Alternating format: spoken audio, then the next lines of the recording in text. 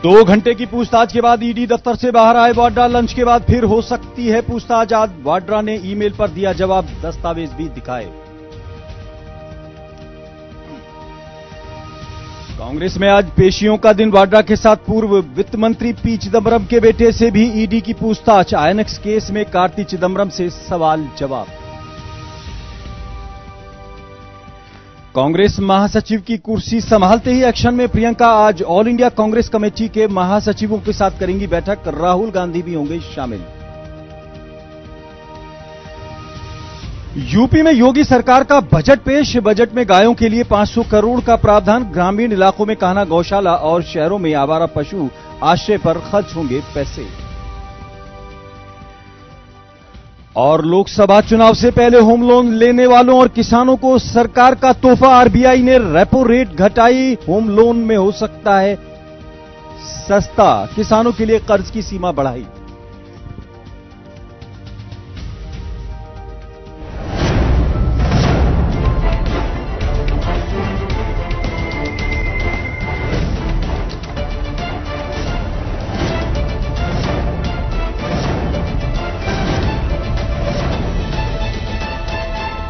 नमस्कार, जेके 24/7 न्यूज के खास प्रोग्राम 2 के पंच में आपका स्वागत है। मैं हूं आजाद खालिद, आपका मेजबान, और लेकर हाजिर हूं आपका पसंदीदा शो 2 का पंच।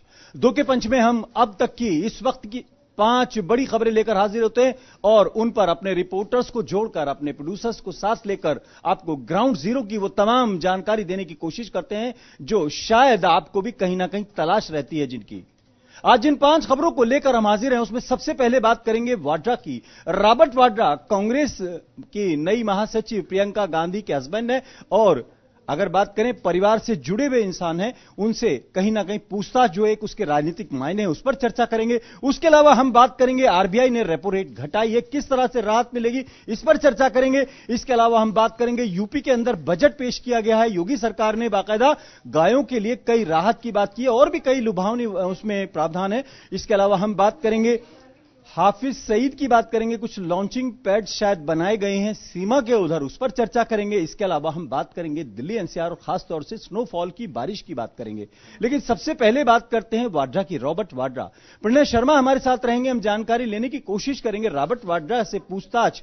हालांकि बहुत दिनों से इसकी चर्चा थी, लगभग 7 साल से, और पिछले विधानसभा चुनाव में हरियाणा में तो बाकायदा सीडी तक दिखाई गई थी और कहा गया था कि सरकार आएगी और ये अंदर जाएंगे, लेकिन ये अंदर नहीं गए। लेकिन अब पूछताछ हो रही है लोकसभा चुनाव से लगभग 2 महीने से कुछ समय ज्यादा। प्रणय, इसके राजनीतिक मायने हैं या जांच स्लो चल रही है या जांच अपने जो जिसे कहना चाहिए नियमित स्पीड से चल रही है, इसको कैसे देखें? क्योंकि जो पक्ष है, सरकार है, वो कह रही है कि तो करप्शन के अंदर घिरे हुए हैं, लेकिन कांग्रेस कहीं ना कहीं विक्टिम कार्ड खेल रही है। कैसे देखते हैं आप?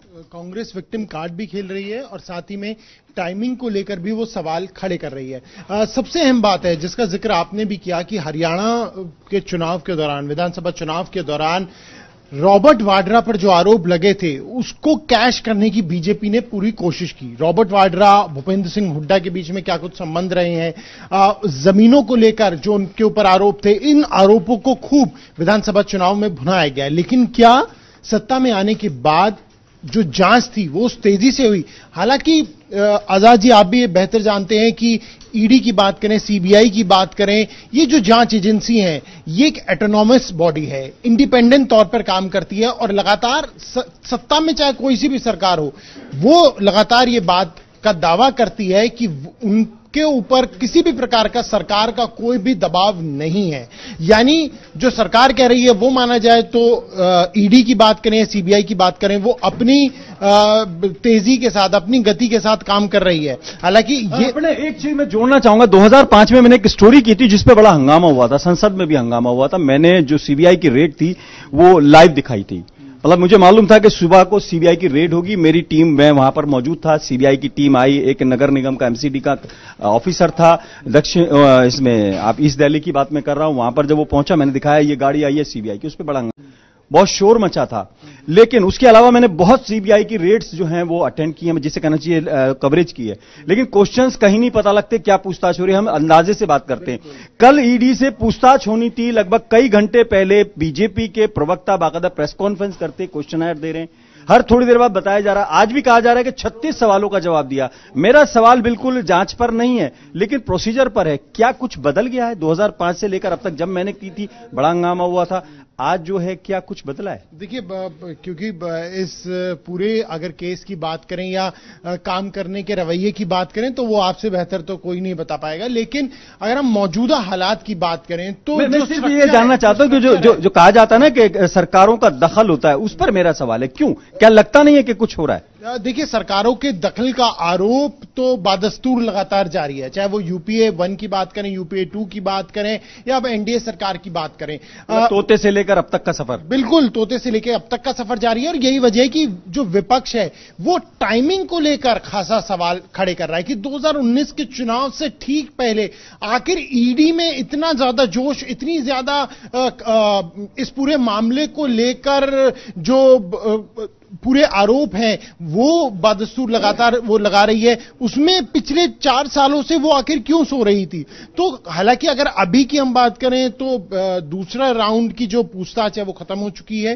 फिलहाल रॉबर्ट वाड्रा खाना खाने के लिए, लंच के लिए घर गए हैं। उम्मीद ये भी जताई जा रही है लंच के बाद वो फिर से वापस लौटेंगे, लेकिन इससे परे जो बात है वो ये कि ईडी लगातार सबूत जुटाने में लगी हुई है, और ऐसे में अगर ईडी पुख्ता सबूत रॉबर्ट वाड्रा के खिलाफ जुटा पाती है तो कोर्ट में रॉबर्ट वाड्रा के लिए मुश्किलें निश्चित तौर पर बढ़ सकती हैं। भले ही यह आरोप लगाया जाए कि राजनीतिक दखल की वजह से ईडी सब काम कर रही है, यह एक अलग बहस का मुद्दा हो सकता है। क्राइम का मैं थोड़ा सा कुछ शेयर करना चाहूंगा। पुलिस को मालूम होता है कौन से इलाके में कौन बीसी है, कौन क्रिमिनल है, कौन क्या कर रहा है, लेकिन वो समय आने पर उठाती है। कई बार कुछ बड़े मामले होते हैं तब उनको सॉल्व करना होता है तो उनको उठाया जाता है। मैं आरोप नहीं लगा रहा हूं, मैं मॉडस ऑपरेंडी की या मतलब वर्किंग स्टाइल की बात कर रहा हूं। आप देखिए वाड्रा पे आरोप बहुत पुराने हैं। आप देखिए ममता बनर्जी के वहां जो छापा पड़ा था वो शारदा घोटाला वो भी बहुत पुराना है। पीएसएल का मामला भी बहुत पुराना है। क्रिकेट की तरह टाइमिंग का खेल हो गया। आप जान लगा के बल्ला घुमा रहे हैं लेकिन टाइमिंग सही नहीं है, बॉल बल्ले से नहीं मिली तो आपका शॉट बेकार चला जाएगा। अब राजनीति में भी क्या टाइमिंग महत्वपूर्ण हो गई है? मैं टाइमिंग पे जाना चाहता हूं। मैं ये नहीं कह रहा हूं, मैं जांच पे बिल्कुल बात नहीं कर रहा हूं, टाइमिंग की बात कर रहा हूं। आप जांच पे भले ही बात ना कर रहे हो लेकिन आपने इशारों में काफी कुछ कह भी दिया है। मैं ये कहना चाह रहा हूं कि विपक्ष का काम है आरोप लगाना, विपक्ष का काम है कि जो मौजूदा स्थिति चल रही है उस पर सरकार को घेरना, और मीडिया का काम है स्थायी विपक्ष का काम करना, सवाल उठाना, चाहे वो सत्ता का हो चाहे वो विपक्ष का हो। हम भी स्थायी विपक्ष हैं और दोनों के हैं। हम सरकार से सवाल उठाएं, दोनों के हैं, विपक्ष के भी विपक्ष हैं और सत्ता के तो हैं।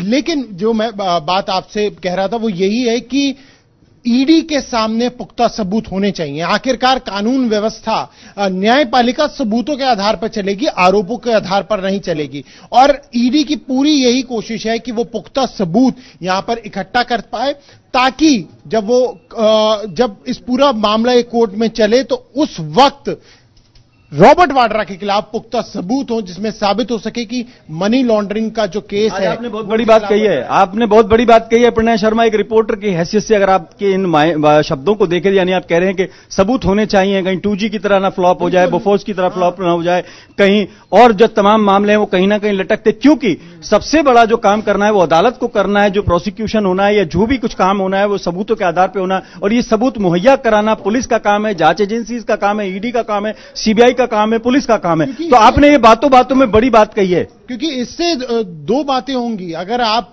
एक जांच एजेंसी के तौर पर फेल साबित होते हैं तो सरकार अभी जो माइलेज गेन कर रही है, जो लगातार वो आरोप लगा रही है, सोते जागते उठते बैठते लगातार हम देख रहे हैं बीजेपी के प्रवक्ता कांग्रेस पर आरोप लगा रहे हैं, वो उल्टा उनके ऊपर भारी पड़ सकता है। ये पूरी जो माइलेज गेन की बात यहां पर चल रही है वो उनके लिए मुश्किलें खड़ी हो सकती हैं। वहीं अगर रॉबर्ट वाड्रा वाकई में दोषी पाए जाते हैं तो कांग्रेस के लिए काफी ज्यादा मुश्किलें बढ़ सकती हैं, ना सिर्फ कांग्रेस के लिए बल्कि प्रियंका गांधी के लिए और राहुल गांधी के लिए। एक लास्ट सवाल जी, कल जिस तरीके से प्रियंका वाड्रा उनको वहां पर ड्रॉप करके बाकायदा, जिसे कहते हैं ना वो पिकअप एंड ड्रॉप होता है, गाड़ी ने ड्रॉप किया चले गए और जाके ऑफिस में बैठे, तो ये दो चेहरे थे। एक तरह से आपने चर्चा में बने रहने के लिए उसी दिन को चुना और जाके ऑफिस भी ज्वाइन कर लिया।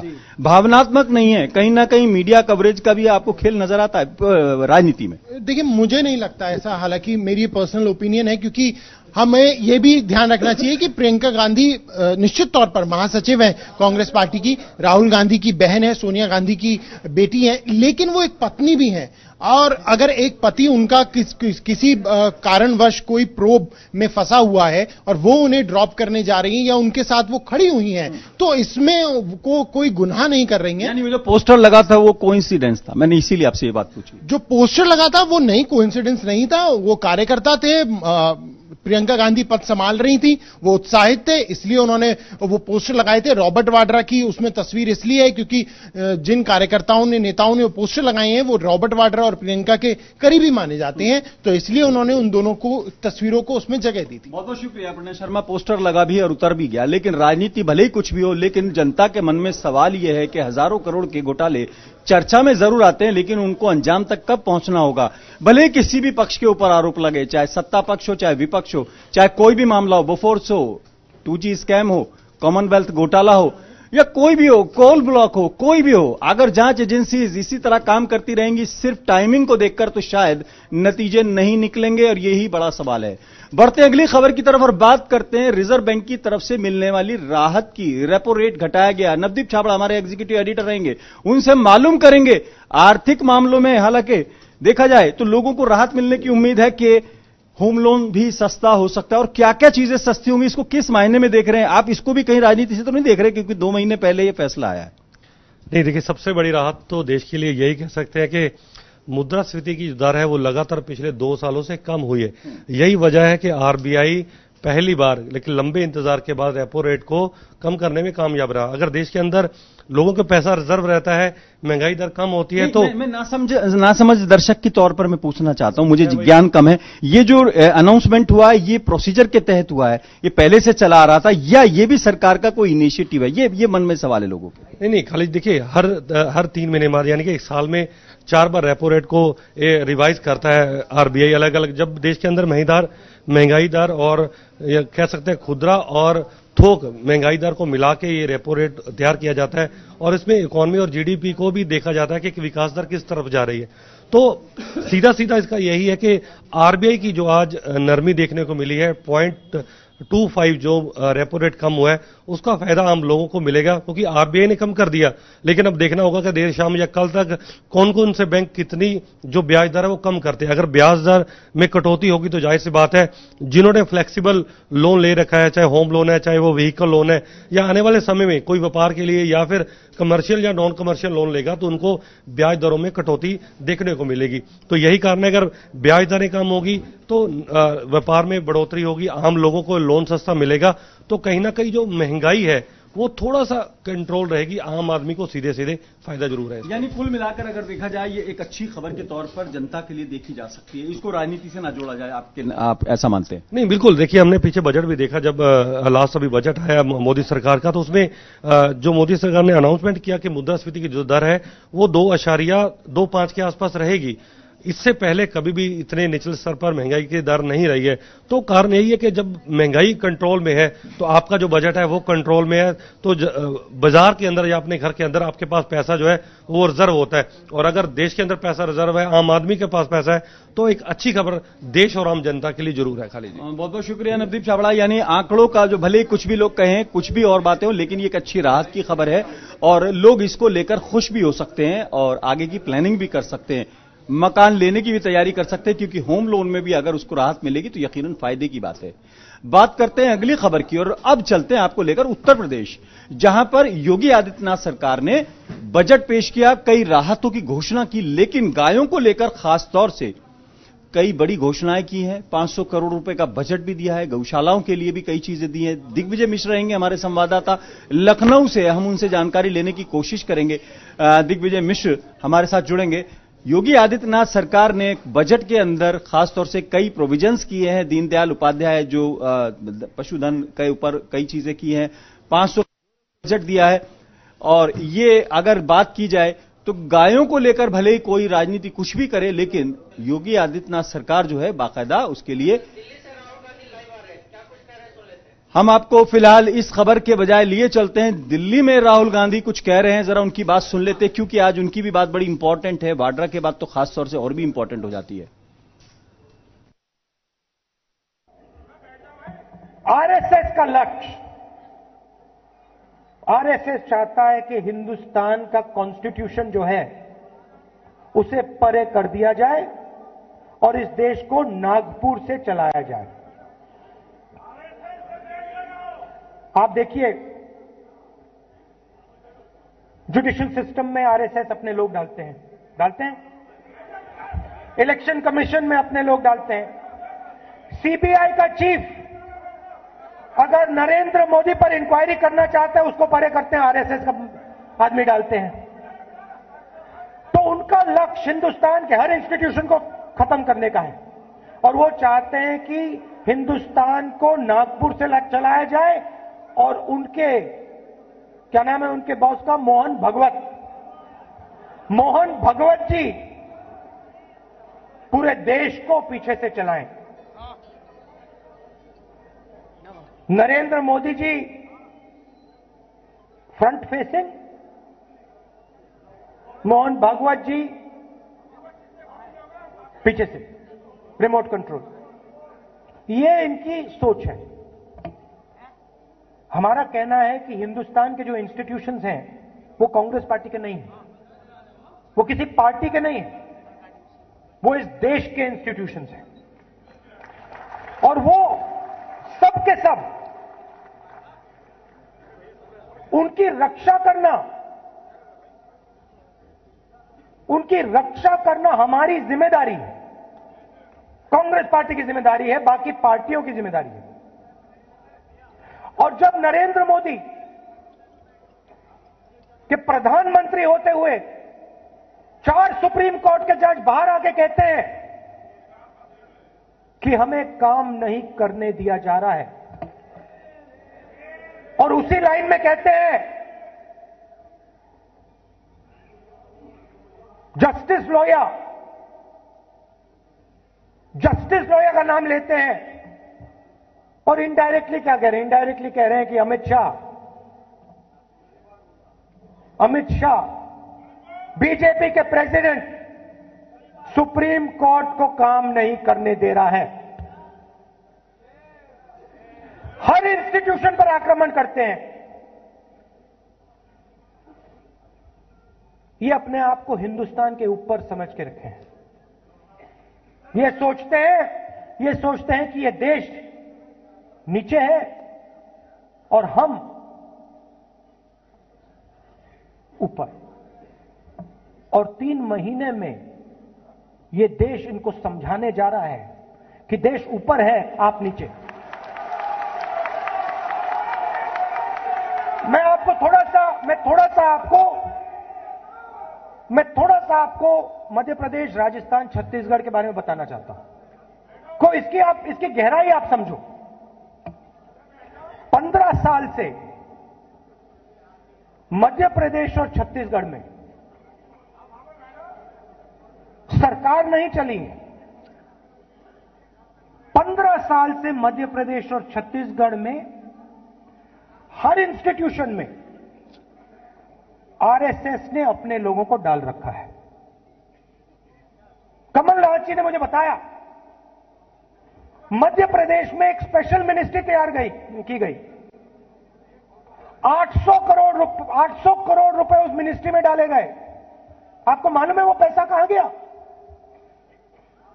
आपको मालूम है कि इस मिनिस्ट्री ने क्या काम किया?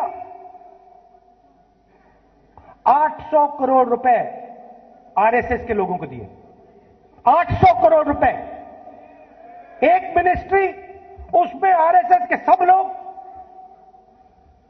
और एक प्रकार से पूरे मध्य प्रदेश की जनता को कंट्रोल करने का सिस्टम। यही काम इन्होंने छत्तीसगढ़ में किया है। राजस्थान में इतना नहीं कर पाए क्योंकि हम 5 साल पहले वहां थे। तो मैं आपको आश्वासन देना चाहता हूं, हम सिर्फ चुनाव नहीं जीते हैं मध्य प्रदेश, राजस्थान, छत्तीसगढ़ में। इन स्टेट्स में आरएसएस के लोगों को एक एक करके हम सरकार के इंस्टीट्यूशंस में से निकालने का काम करेंगे। और इन प्रदेशों के ब्यूरोक्रेसी को मालूम होना चाहिए, इन प्रदेशों की ब्यूरोक्रेसी को मालूम होना चाहिए और हिंदुस्तान की ब्यूरोक्रेसी को मालूम होना चाहिए कि आप आरएसएस की ब्यूरोक्रेसी नहीं हो, आप हिंदुस्तान की ब्यूरोक्रेसी हो। और आप किसी एक संगठन के लिए काम नहीं करोगे, आप हिंदुस्तान की जनता के लिए काम करोगे। यह सच्चाई है। जहां भी ये जाते हैं, ये देश के ढांचे को कैप्चर करने की कोशिश कर रहे हैं। मिनिस्ट्री में आज गडकरी जी ने बहुत अच्छा भाषण दिया लोकसभा में। मैं था नहीं मगर मैंने सुना। गडकरी जी कहते हैं, मैं बीजेपी का एक ही नेता हूं जो सब लोगों का काम करता है।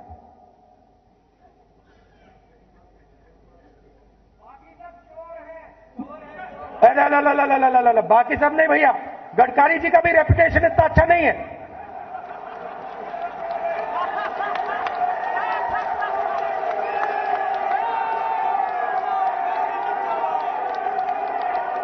मैंने ये नहीं बोला, मैंने ये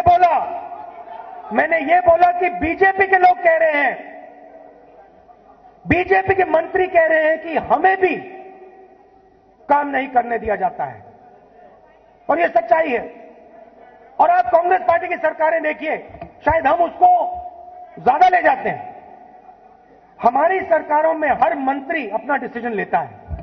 मनमोहन सिंह जी जरूर प्रधानमंत्री हों, मगर उसमें हमारे सब मंत्रियों की जगह होती है, क्योंकि हम आवाज सुनकर काम करते हैं। हम जनता की आवाज सुनकर काम करना चाहते हैं। तो आपको मैं आश्वासन देना चाहता हूं, हम बैकफुट पे नहीं खेलने वाले हैं। चाहे वो हम बैकफुट पे नहीं खेलने वाले हैं, और आपको घबराना बिल्कुल नहीं है। एक सेकंड के लिए आपको घबराना नहीं है, क्योंकि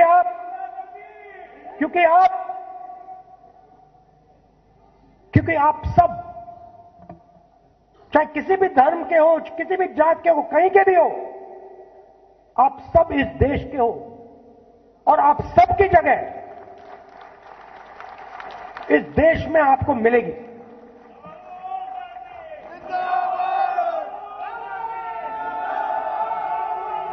आखिरी बात सुनिए। देखिए, आप एक बात नोट कीजिए। आप इस बात को एक्सेप्ट करते हो कि 5 साल पहले नरेंद्र मोदी जी की इमेज जो थी, रेप्यूटेशन जो था, बहुत बढ़िया था। बात एक्सेप्ट करते हो? आप एक्सेप्ट करते हो कि आज नरेंद्र मोदी चोर है, मगर आज वो बोल भी नहीं पाता है। आज नरेंद्र मोदी मतलब खुल के बोल भी नहीं सकता है। बात मानते हो? एक्सेप्ट करते हो? चाहे वो किसानों की बात हो, चाहे वो रोजगार की बात हो, चाहे वो भ्रष्टाचार की बात हो, प्रधानमंत्री यूं नहीं बोल सकता। आज प्रधानमंत्री यूं बोलता है। और ये काम कांग्रेस पार्टी ने किया है। ये काम कांग्रेस पार्टी ने बीजेपी और आरएसएस को टक्कर देके, बिना एक इंच पीछे हटके हमने ये काम किया है। मतलब कांग्रेस पार्टी के हर कार्यकर्ता ने, हमने देश को रास्ता दिखाया है। मैंने आपको ये नाम पढ़ के बताए। आजाद जी, साराभाई जी, कुरियन जी, ये मनमोहन सिंह जी, ये मैंने आपको नाम पढ़ के दिखाए। मगर जब इस देश में मुश्किल होती है तो देश कांग्रेस पार्टी की ओर दिखता है।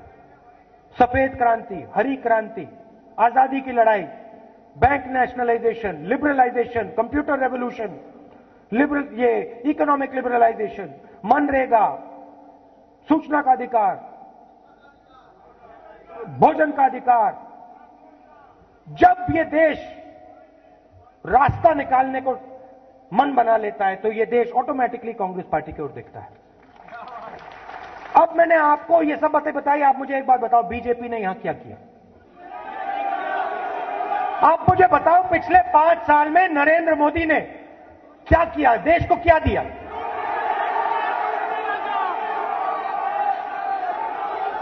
देखिए मैं थोड़ा बताता हूं। नोटबंदी, सुनिए सुनिए, नोटबंदी 500 रुपए 1000 रुपए का नोट रद्द किया, देश की जनता को लाइन में लगाया। मनमोहन सिंह जी उधर से कहते हैं भैया आपने, 1 साल पहले कहते हैं भैया आपने 2% जीडीपी उड़ा दी हिंदुस्तान की। 1 साल बाद पता लगता है 2% जीडीपी उड़ गई। नरेंद्र मोदी जी की जीनियस पॉलिसी।